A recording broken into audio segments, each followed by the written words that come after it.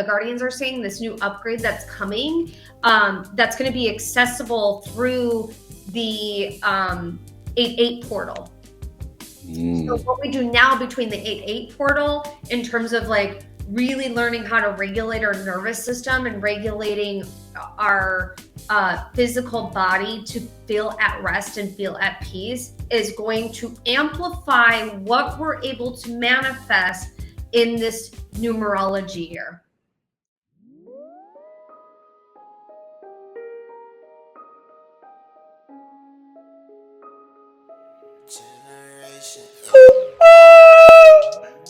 Hello, everybody. This is Eric Taylor, Biggie Astrology, and welcome to episode 208 of my Knowledge is Love Astrology Podcast. And I have an amazing returning guest, Akashic Records Master Teacher and Reader, the Sacred Awakenings, which we got to find about that program that she has, DNA activation, light language, and so much more, Miss Amy Robeson. How are you today, my friend? I'm great. How are you? Thanks for having me back.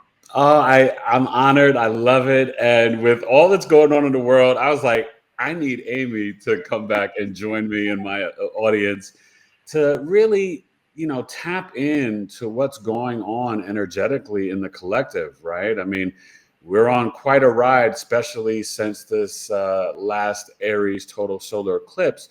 But I wanted to start off and really, you perked my curiosity. Share with our audience, what is Sacred Awakenings and the program that you have? Because that sounds really important.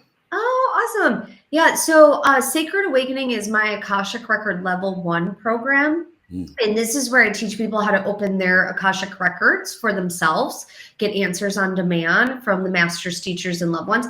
And then the second part of the course, they learn how to open the records for other people. It's a certification course if you want to get certified. Some people do, some people don't.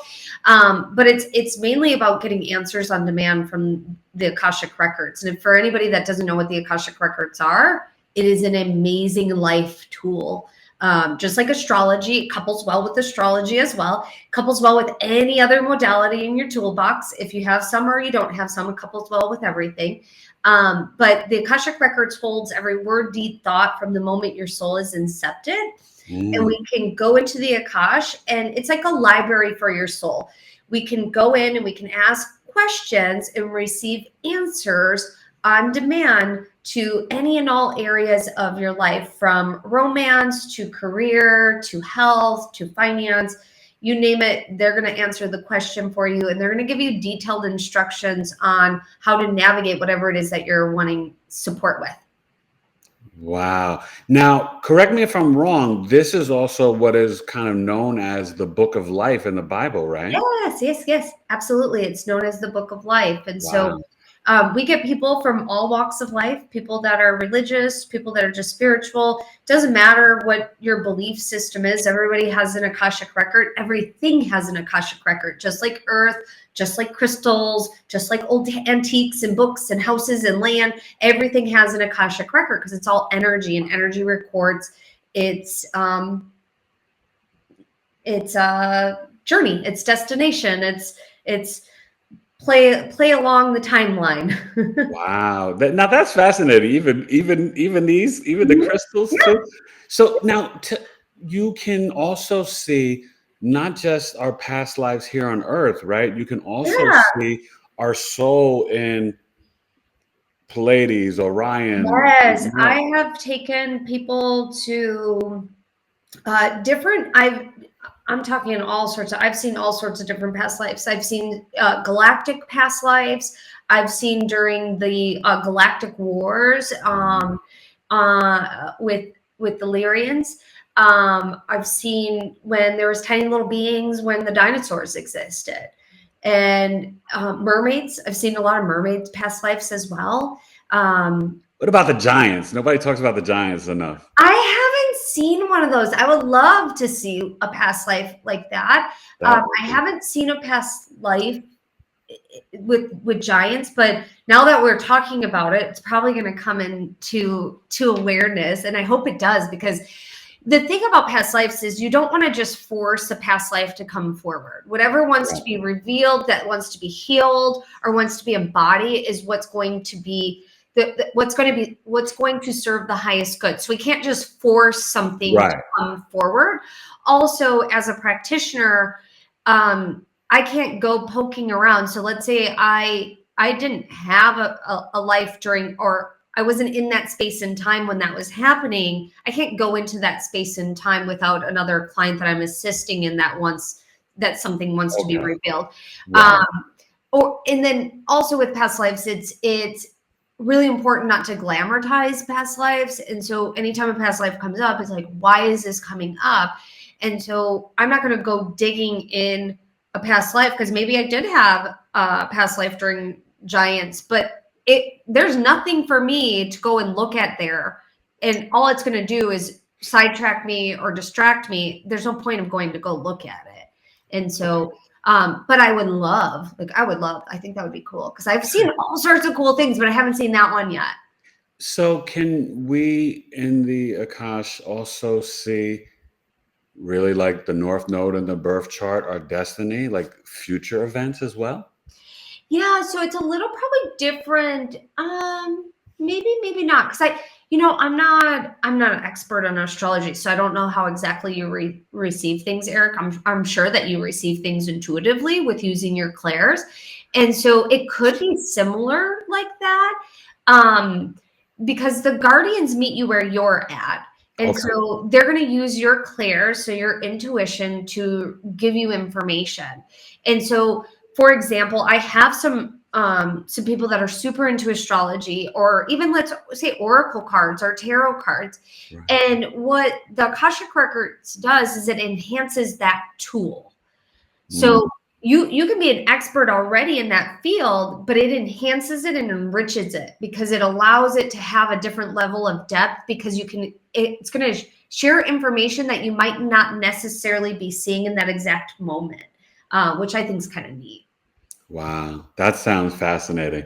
So, okay, I gotta go there and find out really what's been going on that you're seeing in the spiritual realm and the Akashics after this Aries total solar eclipse on April 8th. And truth be told, happy belated birthday. Thank you. This Amy is an Aries with a Cancer moon and Libra rising.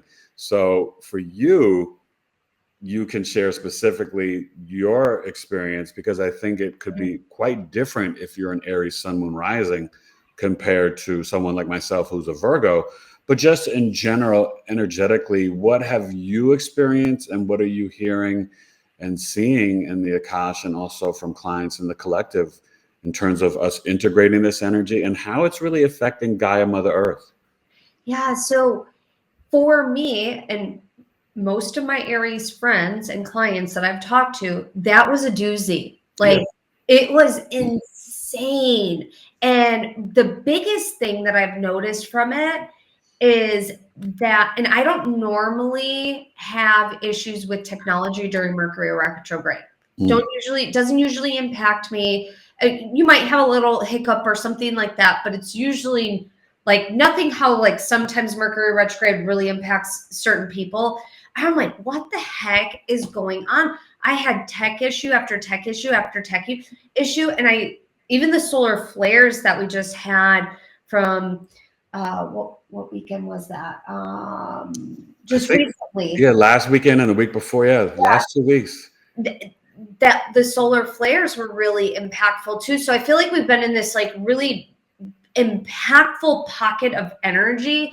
And for me, I consider spring the start of the new year. Yes, it is. It's the astrological and the real new year. And that Mercury retrograde was right in between, right? The two eclipses, starting with the Libra lunar eclipse, March 25th, and then April 1st, Mercury retrograde, and April 8th, the Aries total solar eclipse. So of course you felt, oh my gosh. It was intense. So what I'm seeing is that intensity is to permeate. I don't even usually use that word, but permeate change, like to assist in like lighting a fire under your rear end to like, let's get going.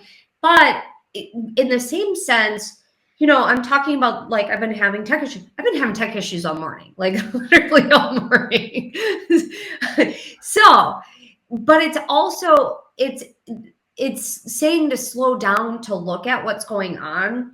And for me, it's specifically in any fire signs too, because I feel this is true for all fire signs, where it's like, if you're having these hiccups, there's a reason why these hiccups are coming. And it's for you to get really, really present in your body on what's happening. Yeah. Because oftentimes when we have tech issues or something like that, like, let's get it fixed. Let's hurry up. Let's get back to the thing. But it's almost like it's literally putting brakes on your energy and going, get still, get in your body, get centered, and notice what you're noticing. Yeah. Notice what you're feeling. And when you do that and you slow down, you get clearer on your path versus just being in constant motion. Because when you're in constant motion, you're also in this cycle of repetitiveness, where you might not be noticing that, hey, that activity is no longer in alignment, but you've been just doing it either obligation, or you're just numb to it. You don't even realize you're doing it. Like, you don't even realize that you're not happy doing it. Yeah, just unconsciously existing and subconscious mind programming. Yeah, no, you're right. And so part of this, and this is for everybody, but part of this whole, like, this wave of freaking fire just coming at us. Like, we've had so much fire coming at us, it's crazy. But the cool thing about the fire is fire doesn't destroy, it transmutes. Yes. So whatever it is that you're wanting it to transmute, it's really here to support in that change. And for me, like, I'm working on this really big project, and this really big project is all about, like, going to be assisting me in up leveling to the next level. And so I'm having all these tech issues because there's a part of me that's scared of up leveling. Yeah. And so it's, when I have these issues, it's like, okay, let me actually sit down and get centered, because I was working with these people, and they're like, we have never had, in all the years of doing this, we have never had these issues. And I'm like, I can't make it up. Like, I'm literally having these issues. So technology has been really off lately. So, you have to also give yourself that grace and mercy. Yeah, it's been super, super off. So it's like, okay, let me get back recentered. Let me comfort my parts, comfort my inner child, and remind myself and remind these parts that they are safe, so that I can just move into this next chapter without all of this friction and this static and this interference. Because it could be friction, static, or interference, or all of the above. That's so true. And, I was curious, because I actually, being a Virgo, I'm mainly earth and water, and I actually don't have any fire in my chart. So, I was really fascinated at the time, and transitioning from Aries to Taurus season, and we're getting ready to wrap up Taurus season and head into Gemini. But I was fascinated at the time with all the planetary alignments in Aries, how fire signs, and specifically Aries, were integrating the solar flares and the, solar eclipse and just this energy. But at the same time, as we connect and ground, like you said, our physical bodies into the earth, tapping into nature, the trees, the Schumann resonance, really understanding our connection to Gaia and all the living organisms, that, like you said, will support us to transmute, to fire ignite. Right? That Aries North Node wants each individual to be the brave, courageous, independent leader of our own lives, and no more codependency, right? Libra South Node, where not that we negate our other halves or friends, business partnerships, or relationships, but that it's on us. It's time to go ahead and lead and go be the pioneer maverick of our own lives. And I think the fact that you even shared what you're going through in terms of up leveling, that's right on right on course with what the energy is asking the collective to do, and also supporting us at the same time. Yeah. And I love that you're talking about leaning into Gaia, leaning into Mother Earth, because that's part of our human experiences, is to really like be okay with being here while we're going through all of these really interesting, I'm going to say interesting because sometimes it can feel gut wrenching, but interesting soul evolution processes. And when we're going through these processes, our spiritual practices are so key. They're so important. And when I say spiritual practice, it could just be going outside and just feeling the sunshine and feeling the earth beneath your feet. That's a spiritual practice. Yeah. And it's giving yourself permission. Like, our things are just speeding up so fast. Like, it's just boom, boom, boom, boom, boom, fast, fast, fast, and fast. And it's like our bodies are still cavemen. Like, they're very much cavemen, and they want this slower pace of life. And I think that that's a lot of people are yearning for that as well. Even if you don't, even if you haven't acknowledged it out loud, but your physical body is yearning that. And so when we take time to just be present, even like with a glass of water, and feel the water on your tongue, feel the water go down your esophagus, feel it land in your stomach, like really just be present with just that one gulp of water, that's really helpful in terms of being present. And then going back to the solar flare piece, I feel this is true for most. The solar flares were, and I think I want to share a helpful piece now that we're past it, but it really messed with people's circadian rhythms. Yes. Like the sleep, the restfulness, and like for me overall, like I can sleep. I'm like a really good sleeper, but it like I can feel my body isn't resting, and it's not as rested as it normally feels. And so part of these solar flares have really messed with our physical body and our nervous system and our endocrine system. And so doing something for the rest of this month, even all of June, where you're really nourishing your body, is going to be very, very helpful. And I'm hearing this message from the guardians of the Akashic Records. It's like taking care of your beehive. So everybody in, like, that's a bumblebee, they're supporting the beehive, they're supporting the colony, they're supporting the queen, and they're making sure at all costs that that is being protected, the queen's being protected. So you can think about your queen, the queen in the beehive, as your nervous system. Your nervous system is what allows you to keep your peace.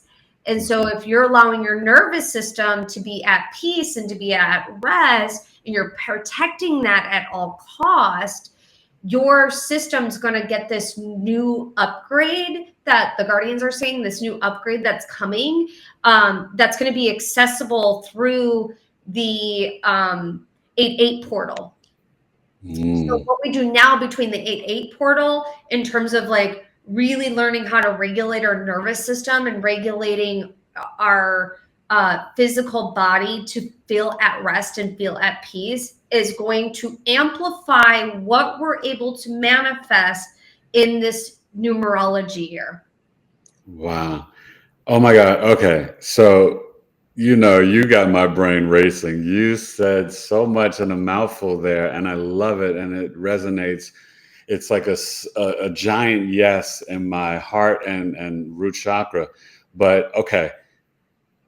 The Taurus Mercury placement that you have, that was really speaking to kind of like grounding and being still and kind of like being a little slower, right? Kind of communing with Gaia, Mother Earth. But then it's fascinating because when you hit on the nervous system, we're about to go through a huge shift, right? May 23rd, Venus enters Gemini, the sun on May 20th.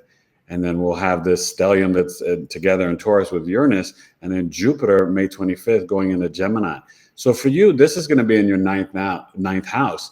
And I just think about, with your teaching and your healing and your mentoring, Jupiter being conjunct your North Node in the ninth house, I want to hear about the trips you have planned this year, but more importantly, the mentoring and teaching and your DNA activation stuff, because that's going to be seen in your ninth house.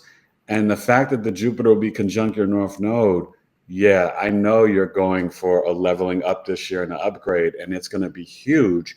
And at the same time, Gemini and Virgo are associated with Mercury in the nervous system. So I think it's important what you're saying, because Jupiter and Gemini, it is the great benefic, but it is a place of the planet in Gemini, Jupiter being debilitated, not a death sentence, but it can kind of exacerbate or increase some anxiety, stress, and nervous system issues. So grounding in nature, sound baths, taking an actual bath, and Yeah. the sea salts, and even just lotion rubbing the, hands, feet, can be extremely important at this time. So share with the audience, some of that DNA activation information and your mentoring and teaching, because it's going to be huge for you this year, Yeah, starting May 25th. I got all sorts of fun things going on. So we're going to be doing May 22nd through the 23rd.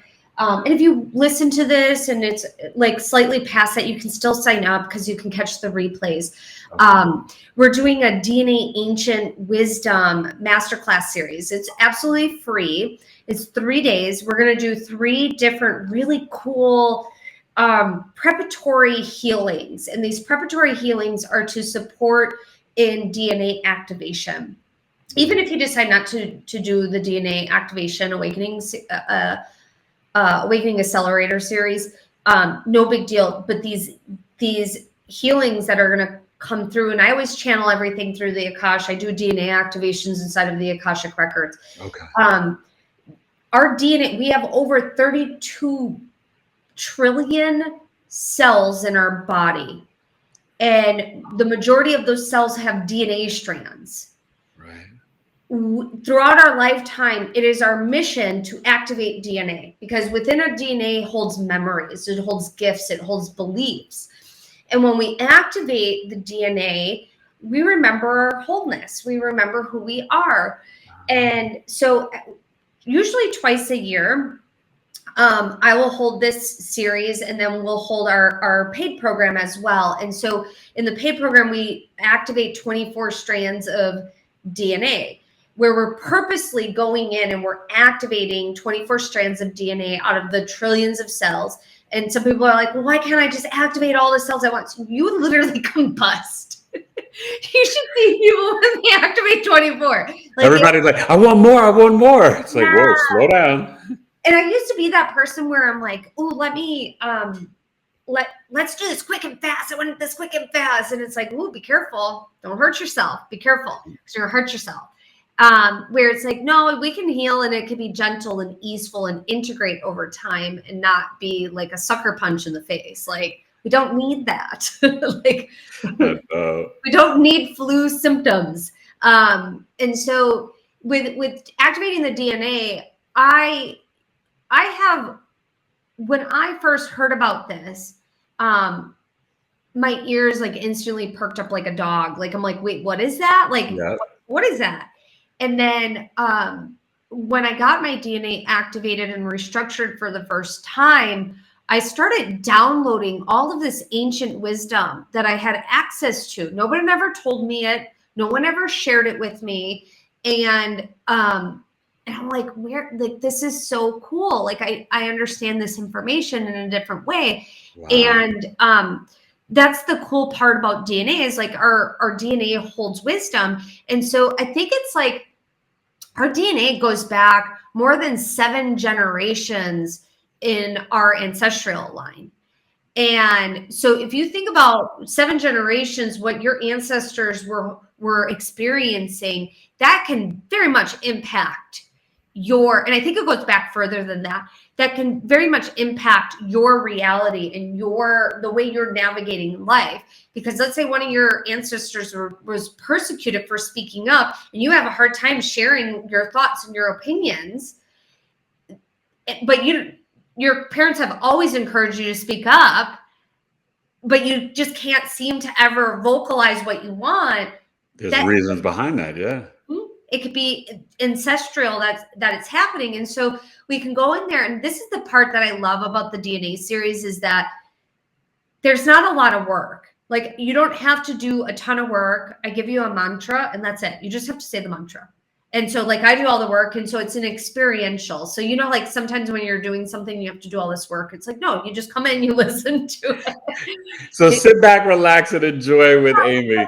So wait. So we'll announce it again at the end of the show, but just share, and everything will be down below in the description for the audience. But just share with us briefly, how can people sign up for that? And, you know, do they go directly to your website, but give them the details? Yes. So, and I just realized I have a typo in my website on there. I was typing it too fast. So it's theamyrobeson.com/free. And you'll see that we have a DNA awakening, DNA Ancient Wisdom Masterclass series for you to sign up for. But if you just go to that website, it's Amy, AMYROBESON.com/free. And then you'll be able to sign up for the free series. And if you're listening to this after it was over, you can still sign up. You can catch the replays. If it's completely over, we'll put you on the wait list so you get access to it again when the next time we run it.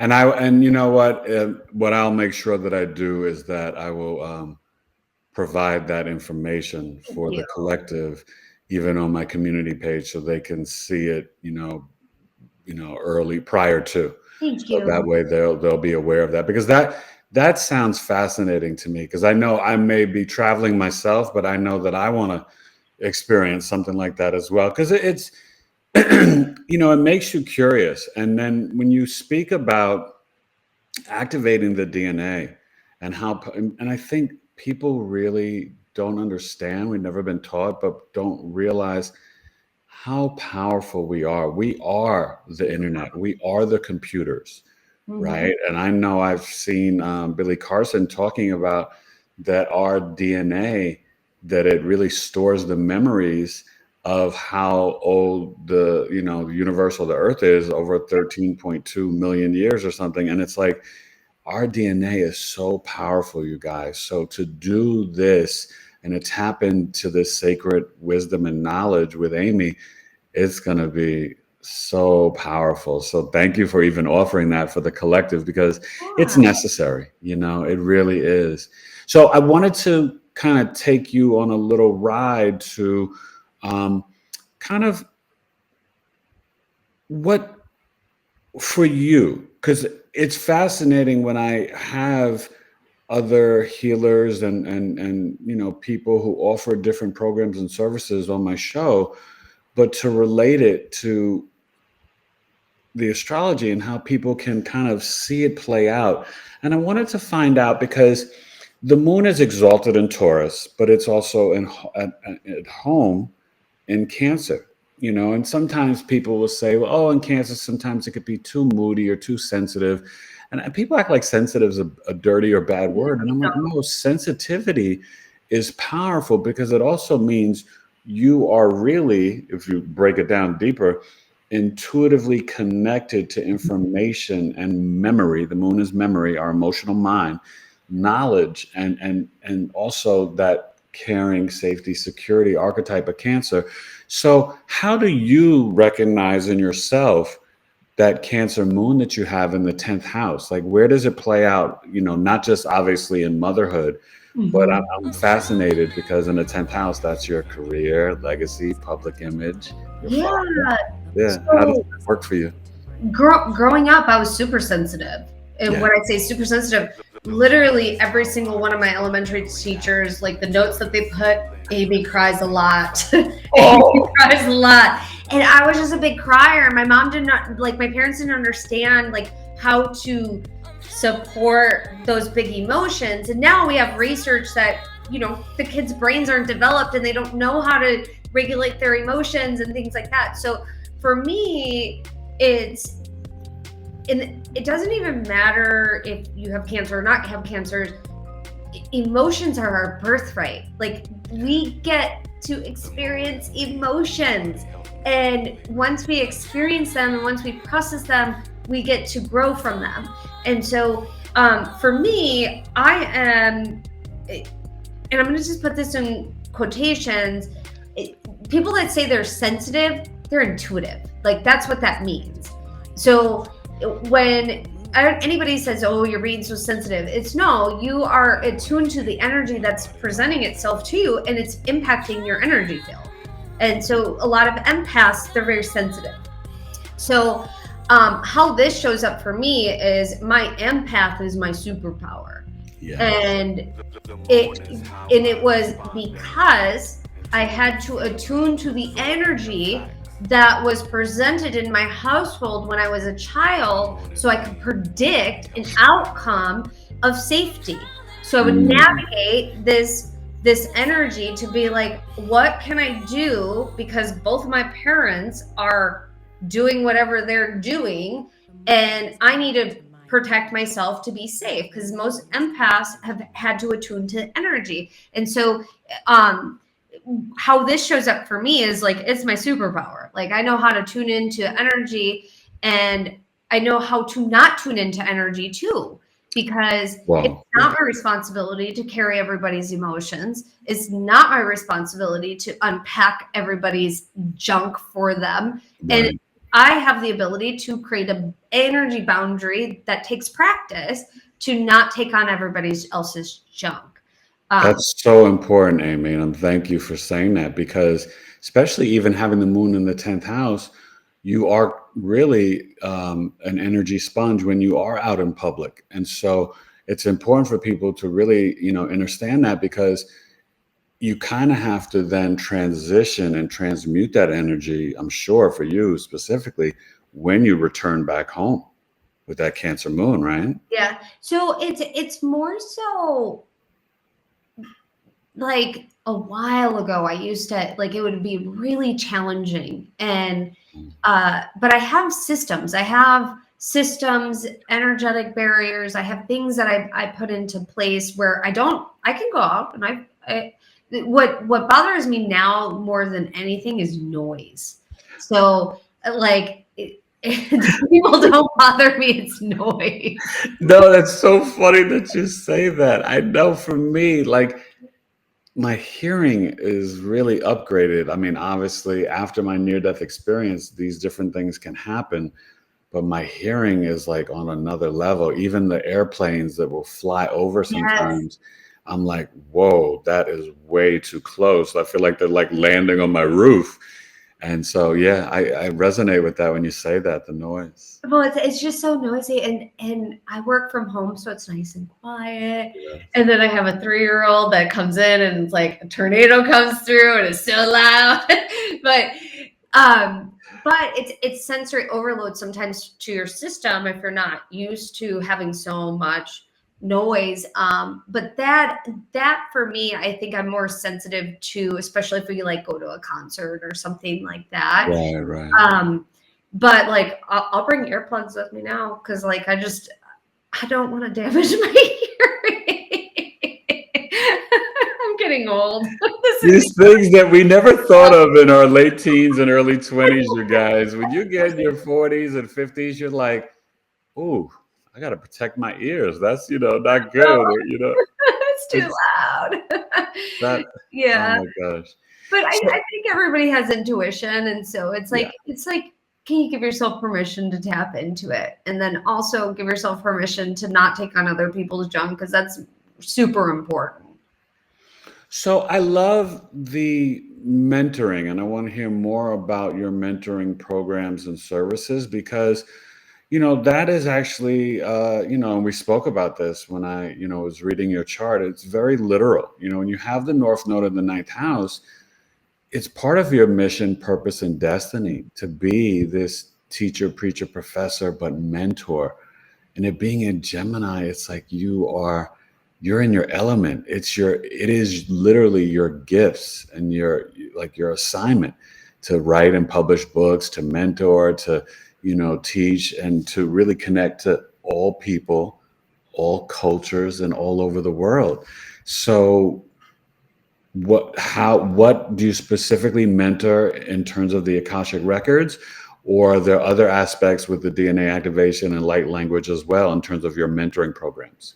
So my through line is always the Akashic Records. Everything I do is through the Akashic Records. So even if I'm teaching light language, I still have the records open when I'm channeling the healing. Oh, When I'm doing wonderful. the DNA, I have the records open because I'm doing it inside of the Akashic Records. Okay. And so that's always a through line. But with anything, like I feel I have found like my purpose and my mission. Now my purpose and mission may change, but I know that me teaching and me being a healer is the very thing I'm meant to be doing in this lifetime. And I am so excited, and it's such an honor because the possibilities of what that looks like is endless. So if I don't like what I'm doing, it's the matter of just changing what I'm offering, because I love teaching. I think teaching is a lot of fun. And I love doing healings and activations and attunements because we're I say we, like we're, because the guardians, we're shifting energy. We're supporting people and recognizing they have the ability to shift energy and shift into an energy and a frequency that they want to be in versus it being outside of them. They can shift into it and be that energy and that frequency so they can track what they're wanting to attract into their life. And so I love what I do, and like podcasting, and I offer a lot of stuff for free. So, you know, the whole people, if someone can't afford something, I'm always offering something for free. And we have paid stuff too. So for people that want to go deeper and want to go wider and want additional support. And so it's just, what are you looking for? And if you're listening to this and like the records are calling your name, we're going to be doing our next live round in August. So I'll be offering a free series end of July, beginning of August. And that series is so cool because I do 2 weeks straight, Monday through Friday, of like just really cool things about the Akashic Records. We do healings and ancestral stuff, and it's neat.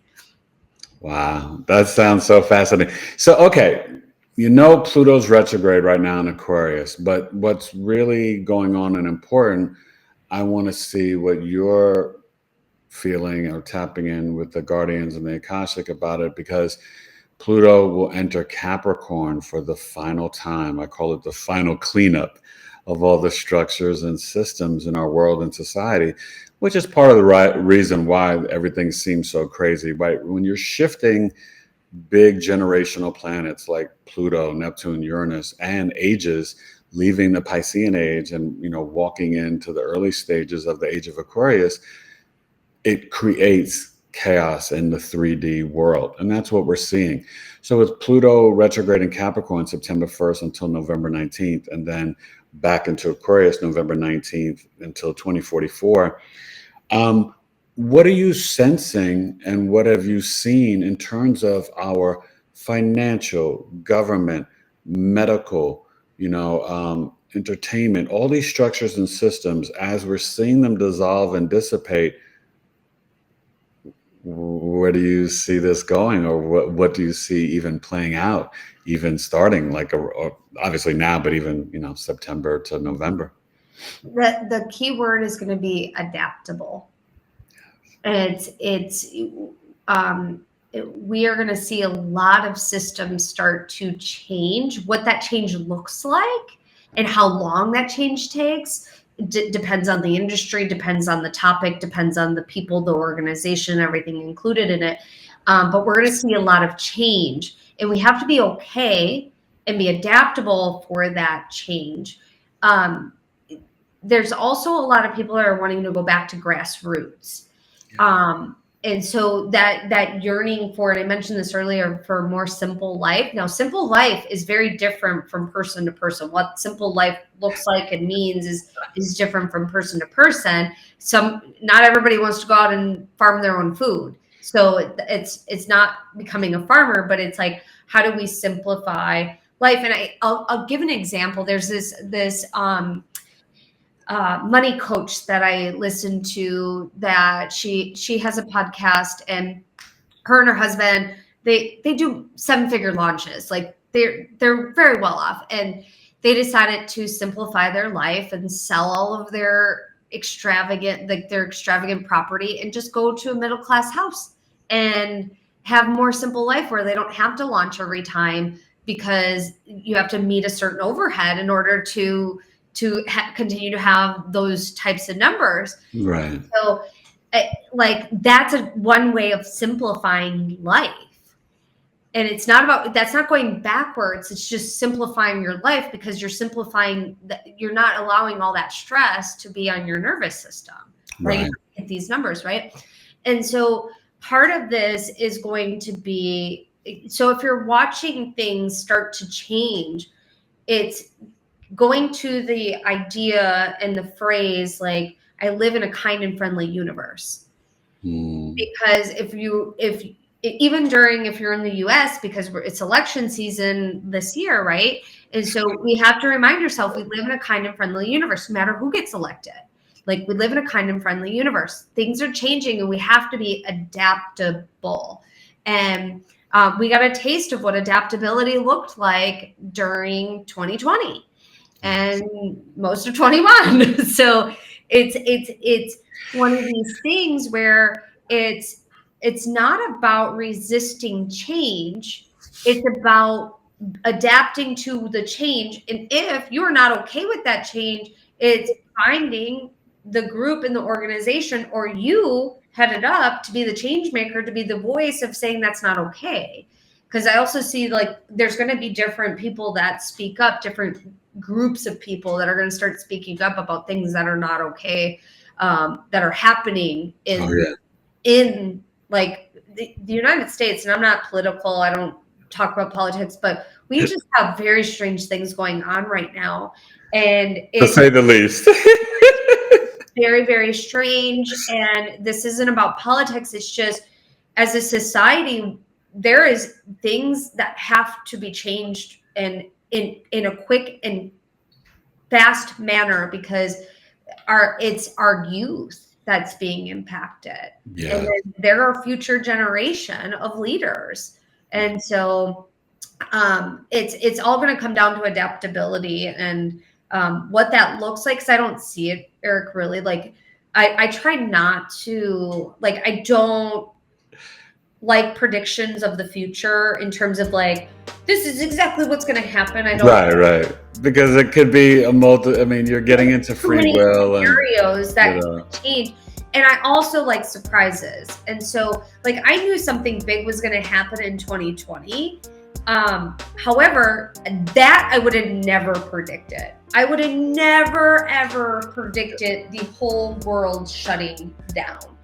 And I didn't want to know that. Like, don't tell me. But I knew something big was going to happen, and I knew our real estate was going to be impacted. But in what way and what that looked like, I had no idea. But it's all very fascinating. But adaptability, well, that's the perfect word. It really is, you know. And I thank you for sharing that, because that is really what we're going to see with Jupiter and Gemini the next year.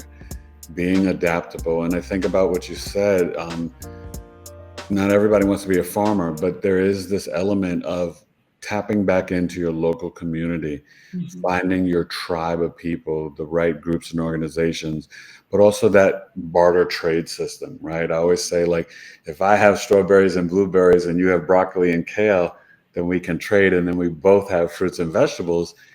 That's some of where we're heading back to, you know, even that old, you know, mystery school trading of information and knowledge, right? You know, me sharing astrology and you sharing Akashic Records and trading these things. And, oh, this one does numerology, this one does tarot, trading and sharing, because I'm finding that there's a need to kind of not just, I don't think we should ever gatekeep or hoard knowledge or information. That's why my podcast is titled Knowledge is Love, you know, and I think it's our job to also now share this with the youth and the children, because we've all been through and seen and the results, and it's getting worse and worse, of the programming matrix of the education system. And yet there are benefits and there are good elements to it. But overall, we need a new dynamic approach to really reach these kids, because these new souls, 11 and younger, and even the beta generations that will be born with Pluto and Aquarius, they're coming here really open, really awakened, and on with a different assignment and purpose. And so the old outdated systems, they're not going to really work for them, and really won't support them, will only kind of dim their light and hurt them. So I think that plays into you and I both teaching and mentoring, but also for the collective to have an open mind to be adaptable, adjust, and change. And through change, there's a lot of growth and opportunity. Yeah. Yeah, absolutely. And it'll be interesting. I'm excited for the future. Like, Oh yeah, you gotta be. it's things are going to change, and things are going to change, and things, you might not like it, you might like it, you might, but like I have a conversation with my sister all the time. It's like, some of these things are scary if you think about it, like how quickly technology is advancing, and like just even like earphones that can read your mind, or like I think there's other things that can read our mind, like other technologies that are already out there that can read our mind. But it's you have to go back to that, I live in a kind and friendly universe, because that is what you're aligning your frequency to. Right. And so the more you align your frequency to that, and that is your belief system, that's what will keep showing up for you. Doesn't mean that you're able to escape the humanness of this embodiment experience that you signed up for. It Right. just means that you align with a frequency that is true for your soul. Because if you worry about everything that is happening in the world, Yeah. you will make yourself sick. Yes. You will make yourself so sick. And it's just like, it's mind bending, and it's not about not caring, because you can care, you can be of service, you can give back, you can mentor, you can do all these things, while also believing you live in a kind and friendly universe. And I think that's really important to keep it simple and keep coming back to what makes it true. The other thing is, you were talking about bartering. I know that some people are like scared that because everything is online now, about like money and things like that. Yeah. But like if money got taken away, we as people are creative. If you look at the prison systems in the jail, you know what they barter with? They barter with commissary. Yeah. They barter with noodles. They barter with shaving cream. They barter with all these different things in jails and prisons without money. Like, someone along the way had to put money on their account so they can buy those things. But then the people that don't have money, they barter for stuff. Yeah. And they figure it out. And so no matter what, we will be okay. It's just, what does that look like? And can you set yourself up for success? That's the human condition and the human spirit. And I love how you speak on, really, for us, the universal law and all the religious books, the word is life. So to speak the positivity, to speak the, kind and supportive universe, that's going to permeate and be the reality that we create. And I think that for us going forward as a, human race, it's okay to know that things could be shaken up and change, but when you expect the unexpected, but when you choose to be optimistic and positive, and know and have faith that the sun will shine tomorrow, then this is what you start to see. I tell people, like, I'm choosing to exist on that 5D timeline. So all these tragedies and rumors of this and wars and nuclear and this and that, I don't see that in my reality. And so I think that that's such helpful information. And I love, how you share that. So in wrapping up, I want you to obviously, just as we end, share your information again. But I also want you to, in the simplest form, because I know light language in terms of like speaking in tongues as a Christian in the Bible, but how do you help people find their or open up their truth and their throat chakra to tap in to the light codes and light language? Because I think that's important information to share with the collective, and then leave us with all of your contact information again. Yeah. So light language is super weird, super strange. It's the cosmic language of your soul. Every word, sound, movement, symbol holds paragraphs of information, and it goes past the conscious mind to the subconscious mind, and your higher self recognizes everything that's being said. And sometimes there are no human words that can encapsulate or describe what wants to be channeled. And when I'm channeling something, light language will want to come through. And so just by being around people that speak light language or doing the other forms of light language can activate other people's light language. So oftentimes I'll have my Akashic Record students in Sacred Awakening where they're like, my light language is starting to come through. And so sometimes it's just a matter of like listening or observing other people do it, and it will activate it. But I also have a course, and it's called Light Language Magic. We're going to be launching that, I think, in June. June. So that series is really cool because I do 5 days of healings, light language healings in a row, and it's absolutely free for people to just come and experience it, and it's cool. So if you're interested in light language, I have a podcast. I have a podcast episode that I just recently did one for new beginnings, because I wanted to do something for the eclipse. Yeah. And so if you go on YouTube, Amy Robeson, you can find that, or you can just go to my podcast, which is Awakening with Amy Robeson. But I'm also going to be doing another episode soon with a new light language thing as well. So, and if you just go to theamyrobeson.com/free, the TheAmyRobeson/free, you can sign up for 20 plus free healings. And there's things that have light language in them, some don't, but we have a lot of free resources. I give away a lot of stuff for free. So that's awesome. Thank you, my friend, for joining me today. This was so important and so necessary, and just in divine timing and alignment. And I just love your light and your energy. And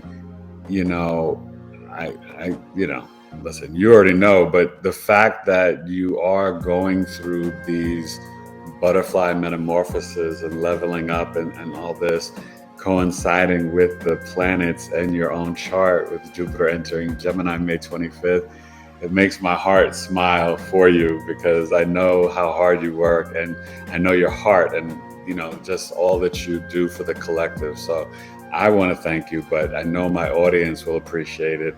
And I know, because I've worked with some of your past students, and they just speak glowingly about you. So thank you for your service to the collective. And I know for both of us, we take this very, very serious, you guys. It is a business, but it's also a calling, a pleasure, and a joy.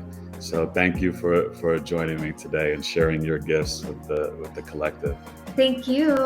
Thanks, guys. All right, you guys. This is episode 208 of my Knowledge is Love Astrology podcast with the wonderful and amazing Amy Robeson. So make sure you follow her on YouTube, Instagram, and just go check out her website, theamyrobeson.com. You won't regret it. So enjoy.